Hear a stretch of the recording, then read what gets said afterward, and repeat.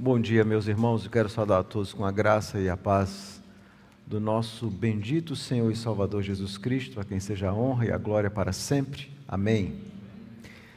Hoje nós vamos dar início a uma série na carta do apóstolo Paulo aos Colossenses, e eu então convido os irmãos a abrirem suas Bíblias nessa carta do apóstolo Paulo à igreja de Colossos. Nós vamos ler o capítulo 1, versículo 1 e 2. Colossenses 1, versículo 1 e 2 será o foco da nossa exposição dessa manhã. A palavra de Deus nos diz: Paulo, apóstolo de Cristo Jesus, por vontade de Deus, e o irmão Timóteo, aos santos e fiéis irmãos em Cristo que se encontram em Colossos, graça e paz a vós outros, da parte de Deus, nosso Pai. Amém. A palavra do Senhor. Vamos orar.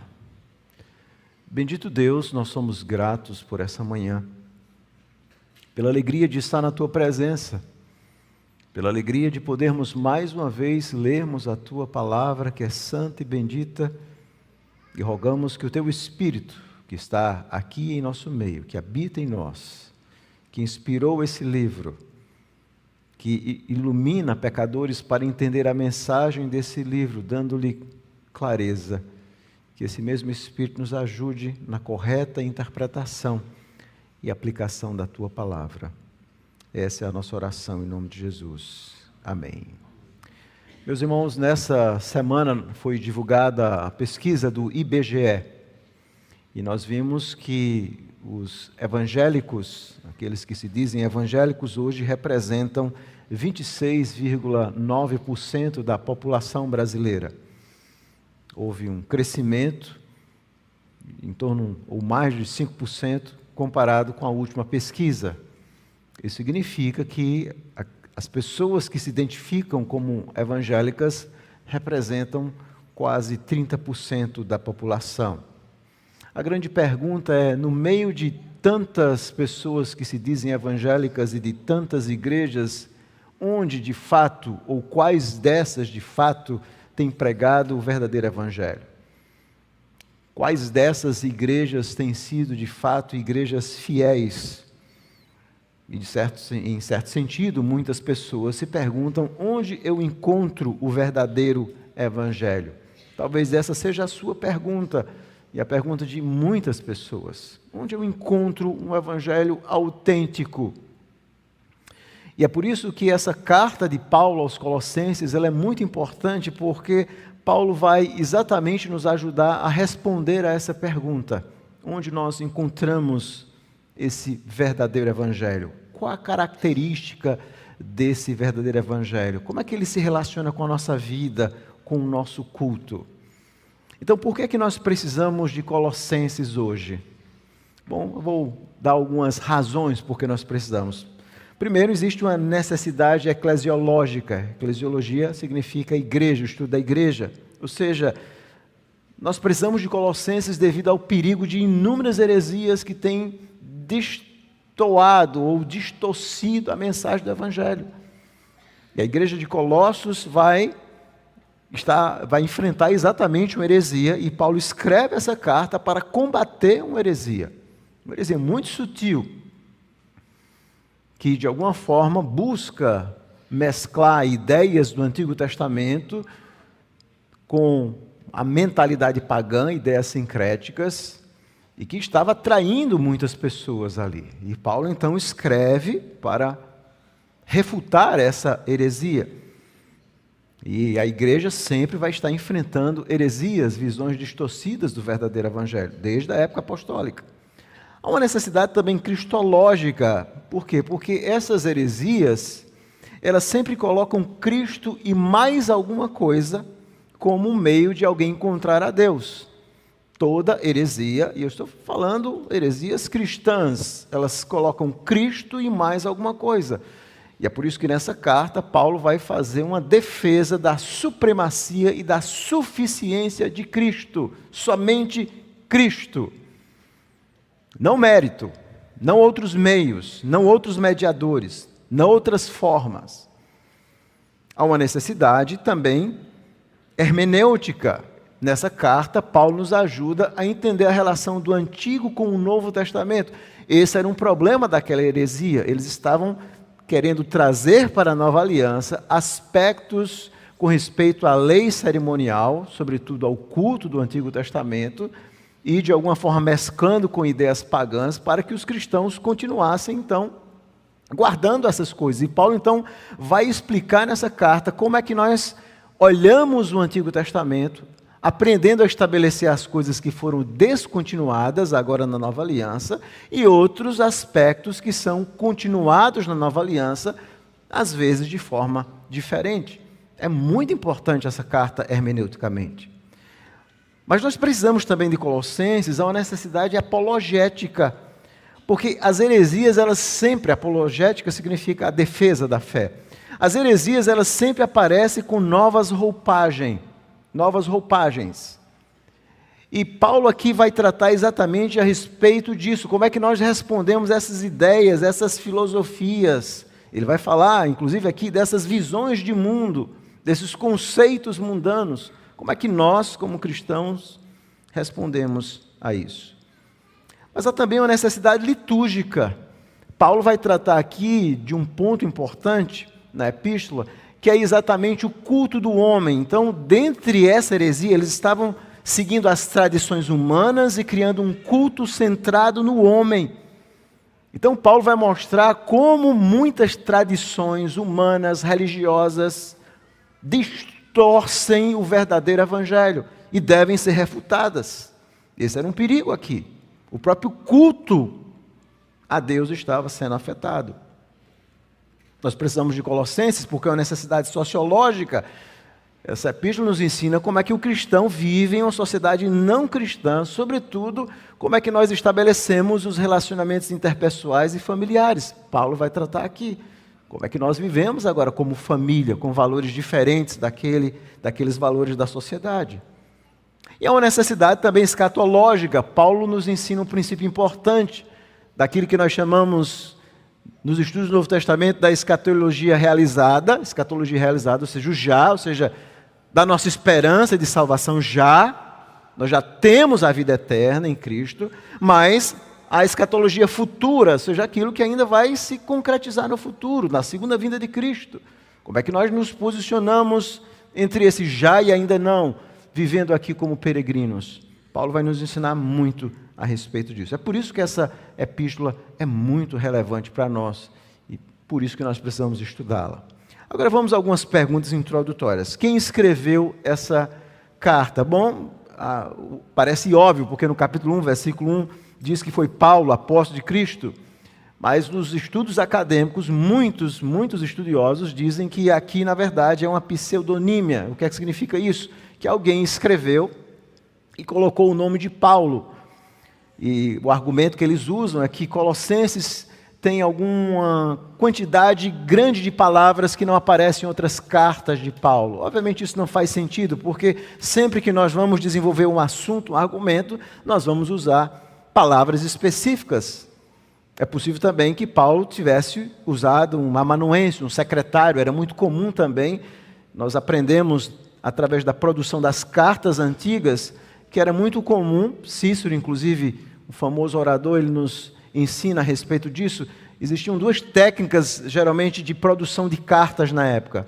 Ou uma citação livre, onde alguém ia falando e o amanuense ia escrevendo, o secretário, ou sílaba por sílaba, ou seja, o amanuense tinha que reproduzir exatamente as palavras exatas. O fato é que a pessoa, obviamente, lia aquela carta para saber se ela estava conforme o que você queria. Nós sabemos, por exemplo, que a carta de Paulo aos Romanos, ele claramente utilizou um amanuense chamado Técio. Então, é óbvio que aqui foi Paulo. E seria muito estranho que essa carta circulasse com o nome de Paulo, porque seria de fato uma fraude. E no final da carta, inclusive, Lá no finalzinho, no capítulo 4, versículo 18, diz o seguinte: a saudação é de próprio punho, Paulo. Então, ninguém que tivesse senso poderia produzir algo assim, forjar algo assim. Então, Paulo, obviamente, é o escritor dessa carta. Ele é o escritor. E de onde ele escreveu? Bom, ele escreveu, quando nós estamos lendo a carta, ele estava preso, possivelmente em Roma ou em Éfeso, nós não temos certeza, mas ele estava em um momento de prisão. Ele escreve para essa igreja que ele não conhecia, pelo menos nesse momento, aparentemente Paulo não conhecia, e essa igreja, ao que tudo indica, foi fundada por Epáfras. Nós vamos encontrar isso no capítulo 1, no versículo 7, quando Paulo diz: segundo foste instruídos por Epáfras, nosso amado conservo, e quanto a vós outros, fiel ministro de Cristo. Então, Epáfras parece ter sido a pessoa que foi um dos fundadores, ou talvez outros. Nós sabemos de vários nomes dessa igreja, porque aquela mesma carta que Paulo escreve a Filemon, Filemon também era da região de Colossos. Então nós conhecemos o nome de vários membros dessa igreja. Filemon, Onésimo, várias pessoas dessa igreja. Alguns imaginam que talvez Paulo, enquanto estava em Éfeso, que era um centro importante nessa região, talvez alguns tivessem tido contato com Paulo, conhecido o evangelho, e talvez ele tenha enviado Epáfras, e ele então tenha começado a igreja ali em Colossos. Então ele estava preso. E quando é que ele escreveu? Ele escreveu na década de 50 e 60. Como é que a gente sabe disso? Porque na década de 60 e 64 houve um terrível terremoto que praticamente destruiu a cidade de Colossos. A cidade de Colossos estava na região da Frígia, que nessa época estava debaixo do Império Romano, naquilo que nós chamamos a província da Ásia Menor. Então, se a cidade foi praticamente destruída na década de 60, isso significa que Paulo escreveu antes, então possivelmente nessa década aí entre 50 e 60. E a cidade de Colossos, nesse momento em que Paulo escreveu, era uma cidade em decadência. Colossos tinha sido uma cidade muito importante, sobretudo nos períodos anteriores. Nós sabemos, através de Flávio Josefo, que o Antíoco III, o Seleucida, havia povoado a região, a cidade de Colossos, com uma grande população de judeus, aproximadamente 7.500 judeus. Então, era uma cidade formada por muitos judeus que moravam ali, e também uma cidade gentílica. Ficava 193 quilômetros de Éfeso, que era a cidade mais importante ali da Ásia Menor, aproximadamente 24 quilômetros de Hierápolis e 18 quilômetros de Laodiceia. Então, Colossos ela foi uma cidade que os romanos mudaram as estradas, e até hoje é assim, né? Onde a estrada passa por uma cidade, aquela cidade cresce e as outras elas não crescem. E foi exatamente o que aconteceu. Então, Laodiceia começou a se tornar uma cidade importante e Colossos começou a entrar no processo de decadência. Então, quando Paulo escreve, a cidade já não tem mais aquele apogeu que existia na antiguidade. Era uma cidade profundamente sincrética, muitos deuses. Era uma cidade influenciada pela cultura greco-romana. E por que Paulo escreveu para essa igreja? Bom, uma das razões, primeiro, foi felicitar aqueles irmãos, expressando o desejo que Paulo tinha de conhecê-los, de passar lá. Mas uma das razões era combater uma heresia terrível que estava surgindo ali, de natureza judaica e gentia. Era um sincretismo. Nas outras exposições eu vou falar um pouco mais. Era uma combinação de noções distorcidas do Antigo Testamento e ideias pagãs. E é por isso que Paulo vai enfatizar muito aqui nessa carta a ideia de Cristo como sendo o verdadeiro templo na presença de Deus. Ou seja, na Nova Aliança nós não temos mais um templo físico onde alguém se chega à presença de Deus. Cristo é esse templo. E nós agora, crentes, somos enchidos mediante o Espírito dessa presença tabernaculadora de Cristo. Cristo é essa presença em nós. E o ponto é que essa heresia, e é por isso que Paulo fala muito sobre essa ideia da presença de Cristo, da plenitude de Cristo, porque um dos pontos da heresia era exatamente essa. Eles estavam desenvolvendo a ideia de que para entrar na presença de Deus era preciso, então, aqueles ritos judaicos guardar aqueles ritos judaicos novamente. Nós vamos ver isso como a ideia de festas, luas novas, todas aquelas coisas, todos aqueles sábados judaicos, não era só os sábados, existiam vários sábados, várias festas envolvidas. Então eles defendiam que era preciso guardar essas coisas novamente para entrar na presença de Deus e ter na presença de Deus uma experiência gloriosa, uma experiência extrasensorial. Essa era a ideia. Então ele diz assim, olha, vocês para entrar na presença de Deus, vocês precisam de algo mais. Vocês precisam desses ritos judaicos, e a chave está aqui no capítulo 2, versículo 18. Vamos dar uma lida rápida. Porque Paulo diz assim, ninguém se faça árbitro contra vós outros, pretextando humildade, culto dos anjos, baseando-se em visões, enfatuados, sem motivo algum, na sua mente carnal. Então, nesse versículo aqui, nós aprendemos uma coisa interessante, essa frase aí, baseando-se em visões, essa é uma frase que ela é traduzida de várias formas. Se você tiver 3, talvez, versões da Bíblia, ela vai ser traduzida de forma diferente. Por quê? Porque essa palavra grega aí, por exemplo, tem versão que traduz assim, baseando-se em visões que ele teve, alcançando a posse, entrando no santuário mais interno. Há várias traduções dessa frasezinha aí. E nessa frase, Paulo vai usar uma palavra, que é a palavra embateuon, que era uma palavra que era usada nos cultos de mistérios dos gregos. Então, geralmente, os gregos, eles tinham vários cultos de mistérios, onde eles diziam que, através dos deuses, você entrava em uma experiência extrasensorial. Então, geralmente, quando você entrava, você tinha a primeira entrada, era naquelas cavernas onde ficavam aqueles oráculos, né? A gente vê muito isso nos filmes, né? E Paulo viveu nessa cultura. Então, naqueles oráculos, então você tinha a primeira porta na caverna, uma entrada, uma gruta, onde ficava o oráculo. E quando você entrava, existia a parte mais dentro dessa caverna, que era aquele momento central, que era exatamente chamada o embateu, ou seja, era o momento onde você ia ter a visão, onde você ia ter essa experiência. Essa palavra literalmente significa entrada. Então, baseando-se, uma tradução seria visões de entrada. A palavra baseando-se literalmente aqui é entrada. Então a pessoa tinha essa experiência sensorial. Então parece que aqueles colossenses estavam dizendo assim, olha, para você realmente servir a Deus, você precisa agora dessa mistura desses cultos judaicos com essa experiência sensorial, e aí você então vai ter essa experiência dos próprios anjos, você então vai adorar os anjos, você vai entrar realmente na presença de Deus. E quando eles enfatizavam isso, eles estavam esquecendo que Cristo já é a presença de Deus em nosso meio. Eram visões. E não é diferente hoje de muitas igrejas que todo o ensino, todo o culto é baseado nisso, em visões, experiências, mas sem Cristo.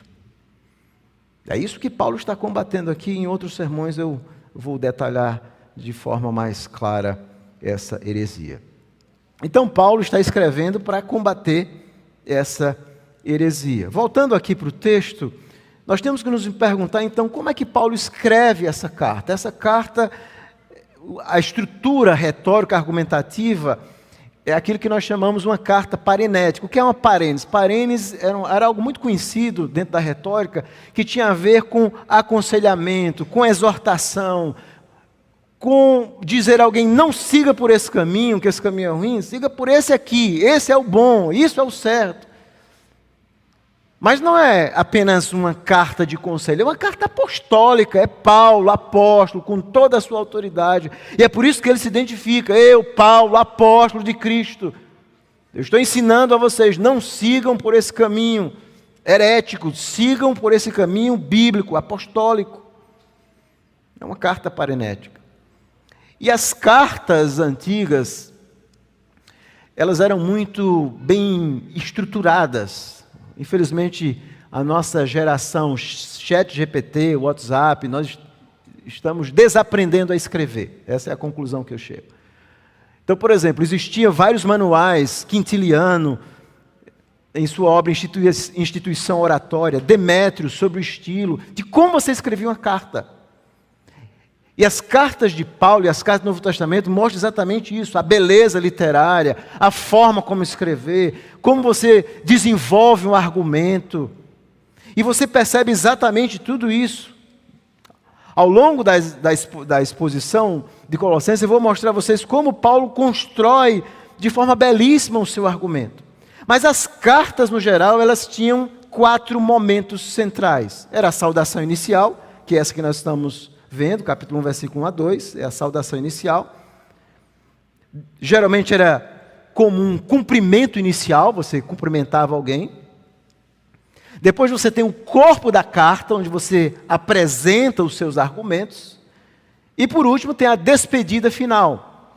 E as cartas greco-romanas, eu tive a oportunidade de ler várias delas, quase todas elas começavam com uma palavra hairem, que era como se fosse assim, uma saudação de saúde, de gentileza. Como se fosse tudo bem, a paz, a graça, que Paulo, obviamente, os autores do Novo Testamento vão adaptar para charis, para graça, e é assim que Paulo começa. Observe que ele começa falando no versículo 2 sobre a graça e a paz de Cristo, e ele vai terminar também, a última palavra, a última frase é a graça seja convosco. Então Paulo adapta aquele estilo de carta para um contexto cristão.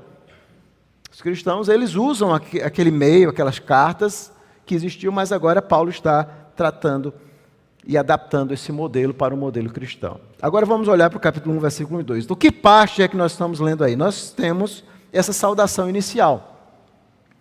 Colossenses é uma carta apostólica, circunstancial, colaborativa, vemos que Timóteo de alguma forma está ajudando, mas a autoridade apostólica, é Paulo que está falando. Então, aqui nós temos a saudação inicial. Então, qual é o tema, qual é o argumento aqui dessa saudação inicial? Bom, aqui nós temos, e será o tema da exposição nessa manhã, do apóstolo aos santos fiéis. Do apóstolo aos santos fiéis. A saudação inicial de Paulo aos Colossenses. Há 3 coisas bastante simples que vocês observam. O remetente, um apóstolo segundo a vontade de Deus, é assim que Paulo se apresenta.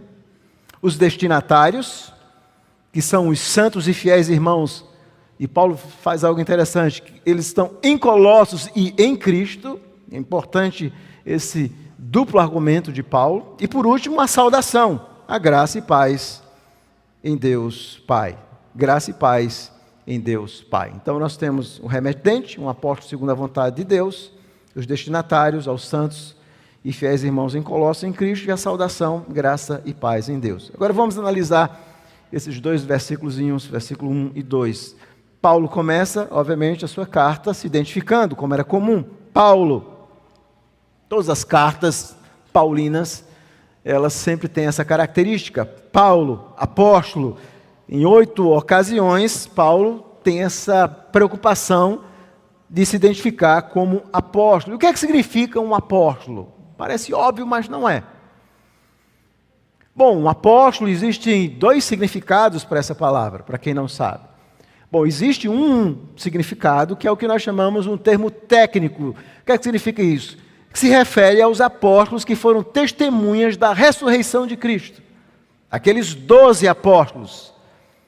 Nós vemos isso, por exemplo, lá no livro de Atos, quando nós estamos lendo o livro de Atos, quando Pedro, eles vão escolher um outro apóstolo no capítulo 1, o texto diz o seguinte, a partir do versículo 21, Atos 1, 21, qual era o critério para alguém ser um apóstolo? E Jesus escolhe 12 apóstolos para simbolizar as 12 tribos de Israel, esse novo Israel que está começando agora, a igreja da nova aliança, formada por judeus e gentios. E o texto diz o seguinte, Atos 1, 21, é necessário, pois, que dos homens que nos acompanham todo o tempo que o Senhor Jesus andou entre nós, começando o batismo de João até o dia em que dentre nós foi levado às alturas, um destes se torne testemunha conosco da ressurreição. Então propuseram 2, José, chamado Barsabás, cognominado Justo, e Matias, e orando disseram, tu, Senhor, que conhece o coração de todos, revela-nos qual desses 2 tens escolhido para preencher a vaga neste ministério e apostolado, do qual Judas se transviou indo para o seu próprio lugar. E os lançaram em sortes, vindo a sorte a recair sobre Matias, sendo então votado o lugar com os 11 apóstolos. A primeira coisa que nós aprendemos é que um apóstolo precisava ser testemunha da ressurreição. Precisava ter visto Cristo ressurreto, vivo. Isso é um apóstolo. A segunda característica é que um apóstolo só pode ser escolhido por Deus. Ninguém pode escolher. Ninguém pode ordenar um apóstolo. Ninguém escolhe um apóstolo. Não há representantes. Os apóstolos, ao contrário do que diz a igreja romana, quando eles plantam igrejas, eles não colocam outros apóstolos, outros papas, mas a igreja do Novo Testamento, sempre que ela é plantada, agora eles têm presbíteros, pastores, eleitos pela igreja. Esse é o sistema bíblico. O apóstolo precisava ser escolhido. Tanto é que Pedro e os demais, eles não ousam escolher, eles não podem escolher. Ninguém pode escolher. Dois que eram testemunho da ressurreição, então eles lançam os sortes, colocando nas mãos de Deus, para que Deus então escolha quem é apóstolo. E como Paulo então pode ser apóstolo? Bom, Paulo pode ser apóstolo porque ele viu a Cristo, lá no capítulo 9, Cristo aparece a ele, Cristo escolhe. E é exatamente isso que ele vai dizer na sua epístola. 1 Coríntios capítulo 9, no versículo 1, Paulo vai dizer exatamente isso. Não sou eu, porventura, livre, não sou apóstolo, não vi Jesus nosso Senhor. Acaso não sois fruto do meu trabalho no Senhor? Então Paulo diz, por que eu sou apóstolo? Porque eu vi o Senhor. Ele me chamou. E no capítulo 15 ele vai dizer exatamente isso. Capítulo 15, versículo 9, de 1 Coríntios 15, 9. Porque eu sou o menor dos apóstolos, que mesmo não sou digno de ser chamado apóstolo, porque persegui a igreja de Deus. Ele diz assim, eu sou apóstolo, Jesus apareceu, me chamou. Então os apóstolos, nesse sentido, eles eram figuras de autoridade, testemunhas da ressurreição. E eles eram mais do que isso. Paulo vai dizer em Efésios, abra a sua Bíblia, por favor, no capítulo 2. Efésios, no capítulo 2, versículos 19 e 20, Paulo diz o seguinte: assim já não sois estrangeiros e peregrinos, mas concidadãos dos santos, e sois da família de Deus, edificados sobre o fundamento dos apóstolos e profetas, sendo ele mesmo, Cristo Jesus, a pedra angular. Então, Cristo é a base da igreja, e agora o ensino da igreja, da nova aliança, é construído sobre o fundamento dos apóstolos e profetas. E fundamento só se lança uma vez. É por isso que nós não temos mais apóstolos e profetas, porque agora, nesse momento inaugural da nova aliança, onde ainda não existia o Novo Testamento, esses apóstolos e profetas, eles vão ser usados por Deus para revelar o mistério da vontade de Deus. Veja no capítulo 3, se não é isso que Paulo diz.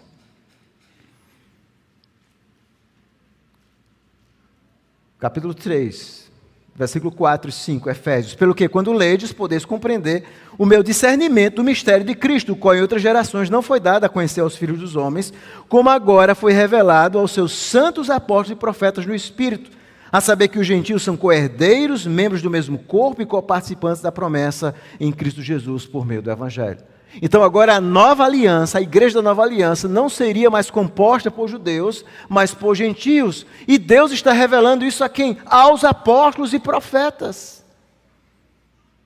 E a igreja então tem eles como fundamento apostólico. Eles têm autoridade. Então, em um certo sentido, o Novo Testamento vai mostrar que os apóstolos foram únicos, e Paulo foi de fato um apóstolo. Mas a palavra apóstolo, isso é importante nós entendermos, ela aparece em um sentido comum de enviado. Ou seja, sempre que você vê a palavra apóstolo no Novo Testamento, não está se referindo necessariamente aos 12. Deixa eu mostrar alguns exemplos onde aparece a palavra apóstolo. Por exemplo, em João capítulo 13, versículo 16, quando Jesus diz assim, em verdade vos digo, que o servo não é maior do que o seu senhor, nem o enviado maior do que o enviou. A palavra nem o enviado é a palavra apóstolo. Obviamente, Jesus não estava usando a palavra no sentido técnico. Outro exemplo, Filipenses 2:25, diz assim: julguei, todavia, necessário mandar até vós Epafrodito, por um lado, meu irmão, cooperador e companheiro de lutas, e por outro, vosso mensageiro, a palavra é apóstolo, e vosso auxiliar nas minhas necessidades. Então, a palavra apóstolo é traduzido muitas vezes por enviado, mensageiro, não no sentido técnico dos 12 apóstolos. Isso é muito importante. É por isso que nós não temos mais apóstolos hoje. Então, voltando aqui para o texto, Paulo se identifica, vamos voltar lá para Colossenses, como sendo um apóstolo. Paulo, apóstolo, e ele continua, vamos voltar lá para Colossenses. Paulo, apóstolo de Cristo Jesus. De Cristo Jesus. E a ideia aqui na língua grega é que ele foi enviado pelo próprio Jesus. E nós sabemos isso porque lá em Atos capítulo 9, quando Jesus aparece a ele, diz: olha, eu te escolhi para que você testemunhe o meu nome diante de reis, diante dos gentios. Então, Paulo não tinha a menor dúvida, foi Jesus que o enviou para essa missão. Ele era um apóstolo de Jesus. Jesus apareceu a Paulo, enviou a Paulo. E é por isso que ele vai usar uma frase maravilhosa assim: por vontade de Deus. Por vontade de Deus. E Paulo repete em 1 Coríntios, em 2 Coríntios, em Gálatas, em Efésios, 2 Timóteo, várias vezes ele vai assim: eu fui apóstolo por vontade de Deus. E o que ele quer dizer com isso? Que foi Deus que escolheu. Você já imaginou quantos mestres existiam na época igual a Paulo, na época dele? Por exemplo, ele aprendeu aos pés de Gamaliel. Existiam inúmeros fariseus tão inteligentes naquela época. Existia muita gente que lia as Escrituras. Paulo era um fariseu. E por que Deus escolheu a Paulo? Porque Cristo apareceu somente a Paulo. Bom, nós sabemos, e o próprio Paulo vai dizer, é a doutrina da eleição, não é? Deus escolhe quem Ele quer. Cristo apareceu a Paulo. Não apareceu àqueles que deram as cartas para ele perseguir. Apareceu a ele. Então, quando ele pensa na vida deles, assim: eu fui apóstolo pela vontade de Deus, foi Deus que me escolheu. Eu era um perseguidor da igreja. Eu nem sou digno de ser chamado apóstolo porque eu persegui a igreja, mas eu sou apóstolo pela vontade de Deus. E o tempo inteiro, por exemplo, nas demais cartas, se você voltar em todas elas, em quase todas elas, não em todas, mas na maioria das cartas, ele sempre vai frisar isso. Por exemplo, Gálatas 1, versículo 1, Paulo apóstolo, não da parte de homens, nem por intermédio de homem algum, mas por Jesus Cristo e por Deus Pai. Ele diz assim: foi Deus que me chamou para ser apóstolo. Foi Cristo que escolheu Paulo ali no caminho de Emaús. Ele sabia disso. Eu me tornei apóstolo, não foi porque eu quis, porque eu tive um plano. Ele odiava os cristãos. Mas Cristo amou a Paulo. E apareceu ali a ele. E mudou o seu coração. A mão poderosa de Deus o escolheu. Não foi uma tomada de decisão dele. E ele vai dizer assim: eu sou apóstolo por vontade de Deus. Deus me chamou. Essa era a sua missão. Como é que Paulo geralmente se identificava? Eu gosto muito porque várias vezes no Novo Testamento ele se identifica da mesma forma. Por exemplo, 2 Timóteo, capítulo 1, versículo 11, ele diz assim: para o qual eu fui designado pregador, apóstolo e mestre. Esses 3 títulos têm tudo a ver com Paulo. Ele diz assim: eu sou um pregador, eu anuncio a Cristo. Eu sou um apóstolo, eu sou um mestre. A palavra aqui é um doutor, ou seja, alguém que ensina o verdadeiro evangelho. E tudo isso foi conforme a vontade de Deus. E é por isso que ele tem autoridade apostólica. Ele está escrevendo com toda a autoridade que tem. E o irmão Timóteo. Observe que Paulo não diz: e o apóstolo Timóteo. Veja, Timóteo era uma pessoa muito importante, era um emissário apostólico, mas não era apóstolo. Era um homem importantíssimo para Paulo, um pastor, alguém que o tempo inteiro estava ali como um filho de fato, Então Paulo diz assim, eu estou escrevendo com toda a autoridade apostólica e comigo está o irmão Timóteo, o colaborador, com certeza ali também com ele, nesse processo de redação. Mas a autoridade é apostólica. É Paulo, apóstolo. Isso é muito importante, irmãos, porque o verdadeiro cristianismo, ele é essencialmente apostólico. Nós precisamos ficar firmes na doutrina apostólica. E essa doutrina apostólica não é aquela que continuou através das tradições humanas. A doutrina apostólica é aquela que foi registrada no Novo Testamento. É aquela que Deus levou homens, esses homens a escreverem essa vontade revelada de Deus. E agora nós temos essa mensagem apostólica no Novo Testamento. A igreja bíblica, ela é apostólica, ela é bíblica, ela é fiel. Mas para quem Paulo escreve? Os destinatários. Paulo os chama de santos e fiéis irmãos em Colossos e em Cristo. E o que Paulo está dizendo é maravilhoso, porque o termo santos era usado no Antigo Testamento para se referir a Israel. Israel, a palavra santo significa separado. Israel havia sido separado das demais nações, e por exemplo o Salmo 16:3 retrata Israel como o povo santo. Mas agora Paulo está aplicando esse conceito de santos e fiéis para gentios, homens e mulheres, irmãos, que agora fazem parte de diferente nacionalidade, de diferentes raças, cores, e todos agora estão juntos na igreja de Cristo. Isso era revolucionário para aquela época, porque em nenhum lugar um negro sentava ao lado de um branco no Império Romano, possivelmente não para adorar. Um livre sentado ao lado de um escravo, um homem sentado ao lado de uma mulher, um pai sentado ao lado de uma criança. Era um mundo profundamente dividido, irmãos. Nas sinagogas, por exemplo, judaicas, as mulheres não entravam.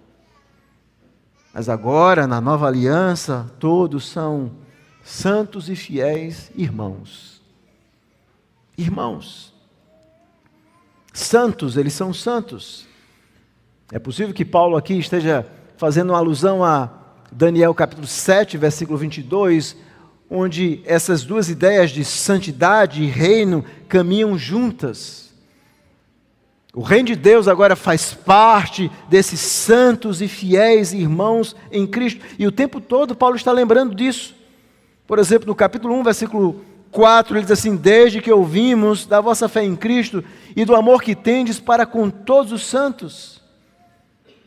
Colossenses 1:22, acompanhe comigo. Agora, porém, vos reconciliou no corpo da sua carne, mediante a sua morte, para apresentar-vos perante ele santos, inculpáveis e irrepreensíveis.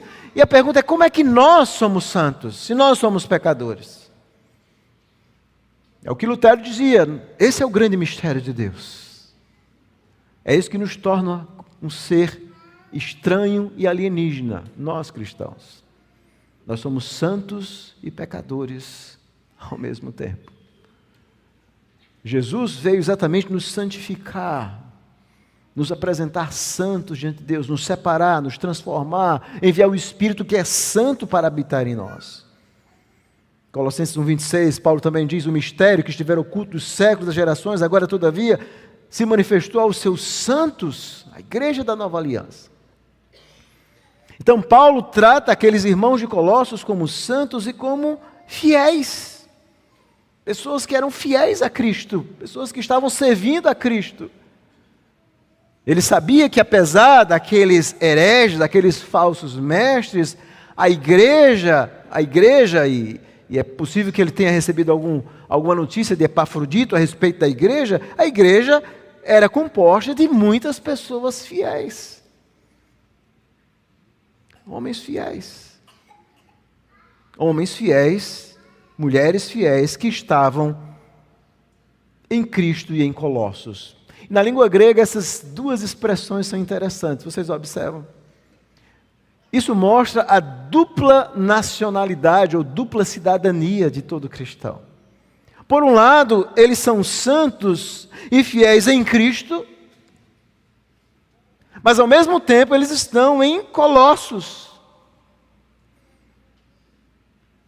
E essa identidade em Cristo, ou seja, vocês foram unidos a Cristo, vocês foram transformados em Cristo, vocês foram santificados em Cristo, vocês são chamados a serem fiéis em Cristo, mas vocês estão aí em Colossos, no meio dessa sociedade pagã, ímpia. Nós cristãos enfrentamos isso hoje. Nós estamos em Cristo e estamos em Feira de Santana. E o nosso desafio é sermos fiéis aqui em Feira de Santana. É vivermos o verdadeiro evangelho aqui, é refutarmos as formas, as aberrações que existem hoje do falso evangelho aqui em Feira de Santana. Isso deve influenciar a nossa vida aqui, nessa cidade. Vocês são fiéis em Cristo, mas vocês estão em Colossos. Mas vocês nunca podem esquecer, vocês são santos e fiéis em Cristo. Mas vocês estão aqui. Enquanto Deus vai colocar outros crentes em outras cidades. Mas vocês foram chamados para vir aqui. E Paulo então vai fazer a sua saudação, quando ele diz assim: graça e paz a vós outros da parte de Deus, nosso Pai. Graça e paz. Essas são duas palavras maravilhosas que Paulo o tempo todo usa, né? E a gente pode pensar, o que são essas palavras? Desejo, afirmação, fato? Creio que todas as três coisas não se excluem aqui. Porque a essência do Evangelho é exatamente isso. Ou seja, estar em Cristo é obra da graça de Deus.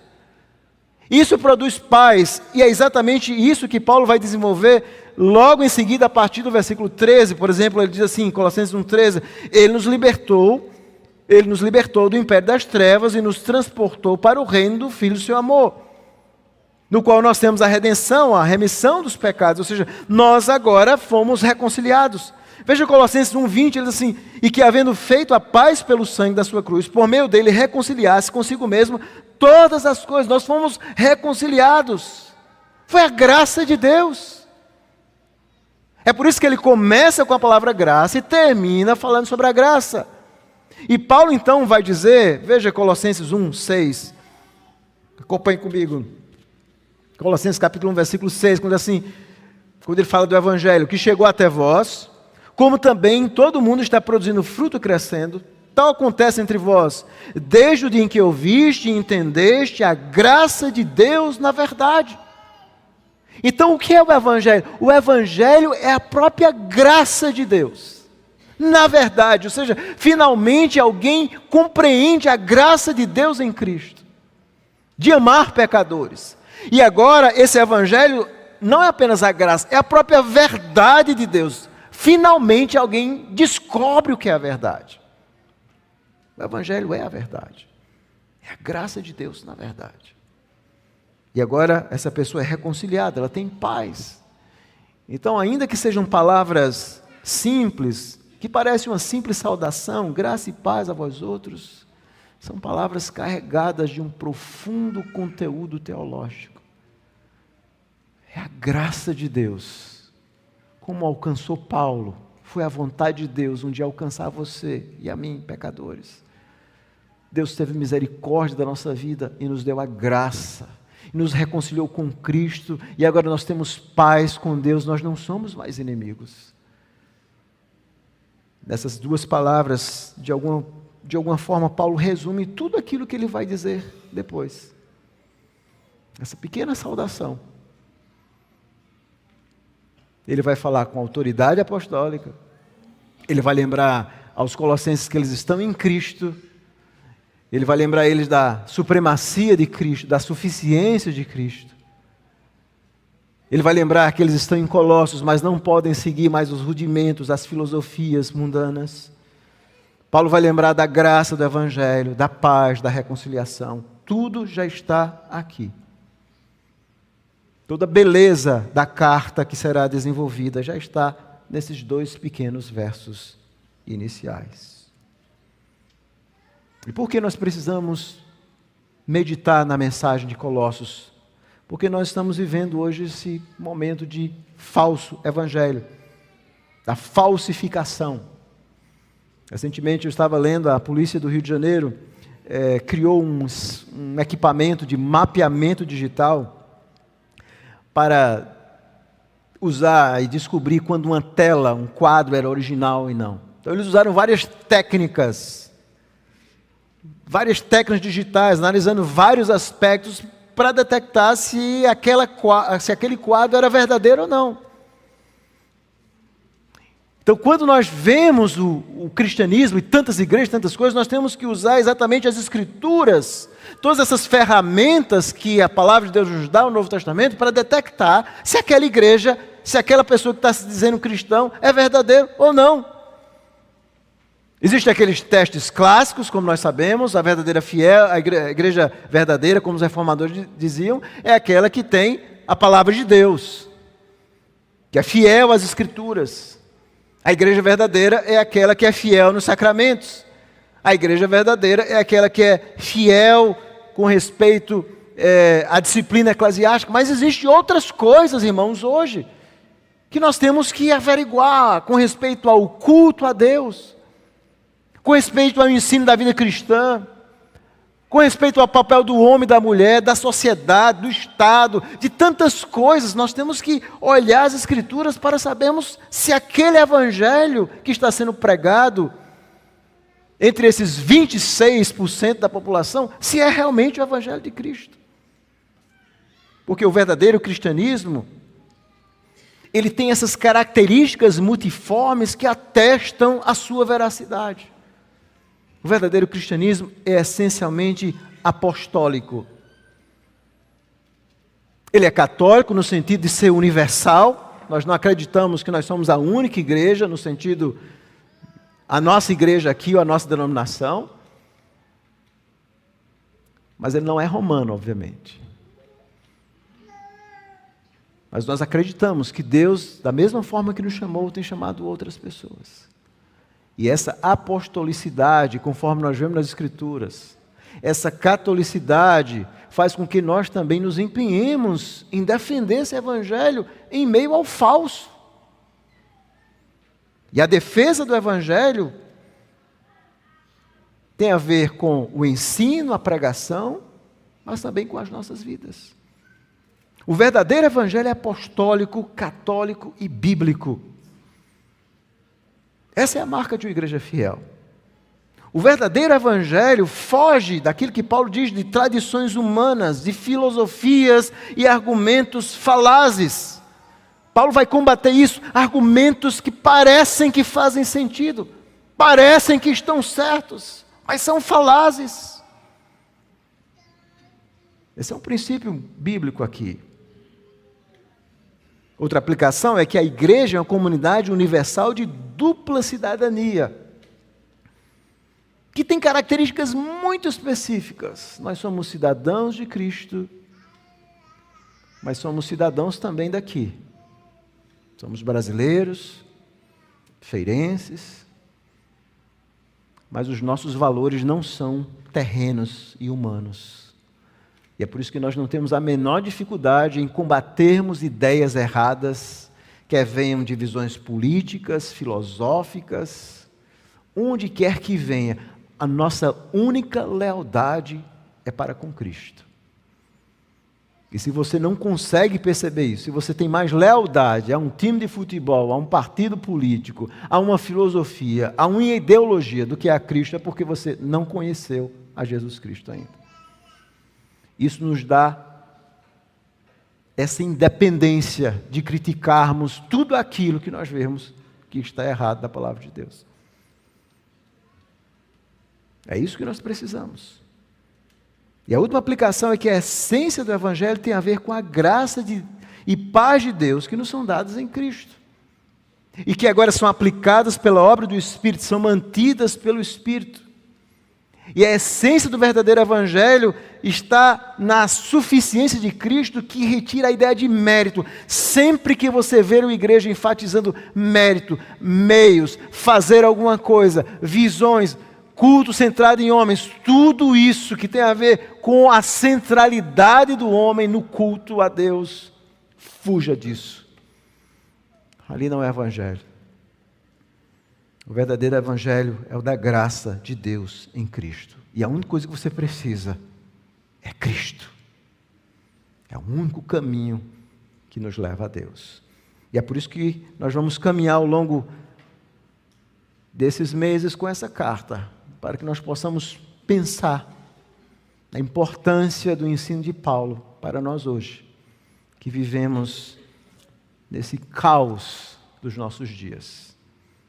Precisamos viver, meus irmãos, o verdadeiro evangelho. Que Deus nos ajude a vivermos esse evangelho. Senhor, nós somos gratos pela tua palavra. Bendito seja o teu nome, que nos deu esse livro maravilhoso, para que sirva de guia para nós, como crentes fiéis. Em meio a tantas ideias equivocadas, nós precisamos do Senhor. Precisamos de Cristo. Porque Ele é o templo de Deus, Ele é a própria presença. É mediante Ele, Senhor, que nós chegamos na Tua presença. E nós Te louvamos por isso. Porque foi a graça que nos alcançou. E se estamos na Tua presença é porque um dia essa graça nos transformou. Tem misericórdia, porque muitas vezes, muitas pessoas que se dizem cristãs têm vivido um evangelho de méritos humanos, meios humanos, filosofias, ideologias. Porque ainda não conheceram o evangelho libertador de Jesus Cristo. Que o Senhor possa libertar aqueles que ainda não Te conheceram verdadeiramente, para que eles tenham uma lealdade absoluta tão somente ao Senhor. Em nome de Jesus que nós oramos. Amém.